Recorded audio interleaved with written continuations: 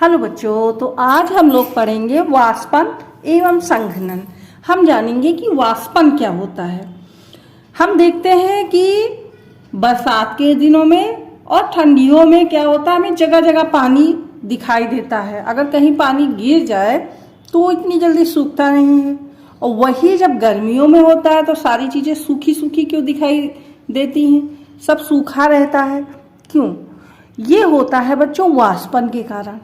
गर्मियों में पानी का, जल का वाष्पन बहुत तेजी से होता है और ठंडियों में बहुत धीरे होता है। बरसात में और कम होता है क्योंकि आर्द्रता रहती है, नमी रहती है वातावरण में। इसलिए तो वाष्पन क्या होता है? पानी का भाप बन के उड़ जाना क्या होता है? वाष्पन होता है। पानी का भाप बनना वाष्पन होता है। और जब जो भाप बनती है, जब वो ठंडी होके जल की बूंदों में बदलती है तो उसको संघनन कहते हैं। तो हम आज वाष्पन एवं संघनन पाठ का अभ्यास कार्य करेंगे, इसके प्रश्नोत्तर करेंगे। तो अब बच्चों करते हैं। तो पहला प्रश्न है, वाष्पन किसे कहते हैं? तो हम लोग जानते हैं किसी भी ताप पर द्रव का वाष्प में बदलना वाष्पन कहलाता है। मतलब ये है कि ऐसा नहीं कि गर्मियों में ही वाष्पन होता है। वाष्पन होता है ठंडियों में भी और बारिश में भी। लेकिन क्या होता है, जब बारिश होती है, जब बरसात का मौसम होता है, जब ठंडी का मौसम होता है तो तापमान बहुत कम होता है, और कम तापमान में कम वाष्पन होता है, अधिक तापमान में अधिक वाष्पन होता है। संघनन किसे कहते हैं? तो संघनन जो पानी वाष्पन में बदलता है, वाष्प में बदलता है, जो वही ठंडा होकर पानी में बदलता है, तो उसको संघनन कहते हैं। उत्तर है हमारा, जल वाष्प के ठंडा होकर द्रव में बदलने की क्रिया को संघनन कहते हैं। प्रश्न है, वाष्पन को प्रभावित करने वाले दो कारक बताइए। कारक यानी कारण, जो ऐसे कारण हो कि उससे वाष्पन प्रभावित हो। प्रभावित होने का मतलब कम हो, ज़्यादा हो, ना हो, तो वो क्या होगा? उसको प्रभावित होना कहते हैं। वाष्पन को प्रभावित होने वाले दो कारक हैं ताप और द्रव की सतह का फैलाव। तो ताप तो हम जानते हैं बच्चों, जो धूप होती है इसी से तो ताप बढ़ता है। अब द्रव की सतह का फैलाव क्या है? यानी जो पानी है या द्रव है वो जितना ज़्यादा फैला हुआ होगा उससे वाष्पन उतने ही ज़्यादा होगा, और जैसे सकरी जगह में होगा तो वो उसमें कम वाष्पन होगा।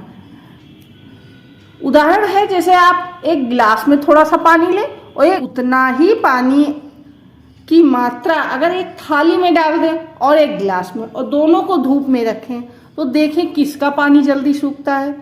तो थाली का पानी जल्दी वाष्प बन के उड़ जाएगा। क्यों?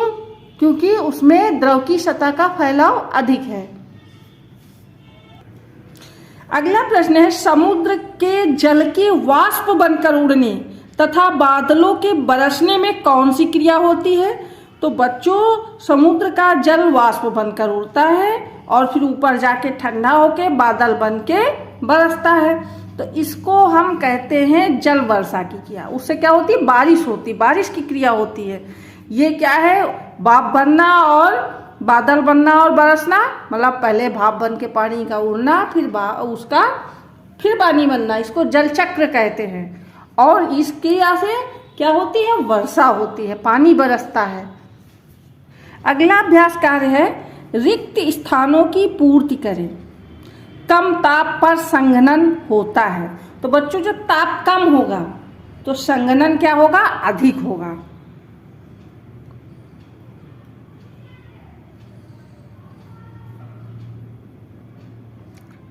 कम ताप पर अधिक संघनन होगा। अधिक ताप पर वाष्पन अधिक होगा। जितना ताप अधिक होगा वाष्पन अधिक होगा।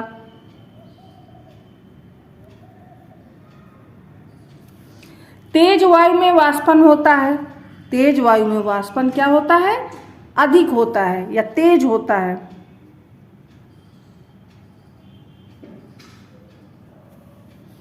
भाप ठंडी होकर की बूंदों में बदल जाती है। तो भाप ठंडी होकर किस में बदलेगी?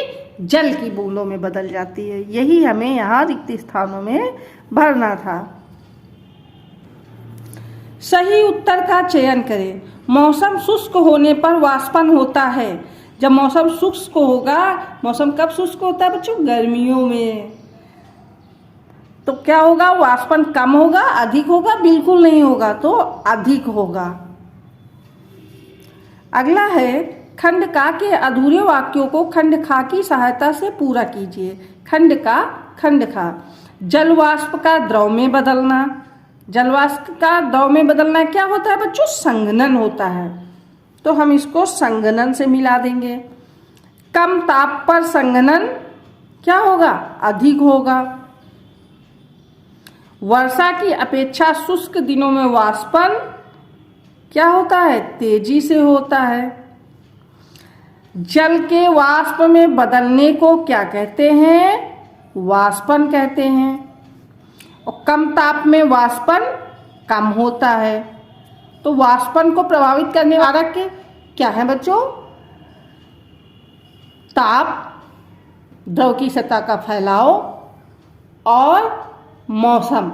यानी शुष्क मौसम है तो अधिक होगा। अगर हवाएं तेज चल रही हैं तो भी वाष्पन अधिक होता है। जैसे बहुत तेज हवा में कपड़े सुखाएंगे तो वो जल्दी सूख जाएंगे।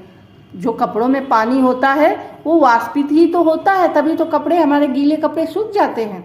और वही गीले कपड़े जब ठंडियों में हम लोग फैलाते हैं, बारिश में फैलाते हैं, तो कहाँ सूखते? नहीं सूखते हैं ना, जल्दी, बहुत टाइम लगता है, क्योंकि उनमें वाष्पन बहुत धीरे धीरे होता है। तो ये था हमारा वाष्पन और संघनन। वाष्पन जल का वाष्प में बदलना, और संघनन क्या है? उसके विपरीत किया है। वाष्प का वापस जल में बदलना क्या होता है? संघनन। तो बच्चों आज के लिए इतना ही। अगर वीडियो अच्छा लगा हो तो लाइक करना ना भूलें। बाय बाय बच्चों।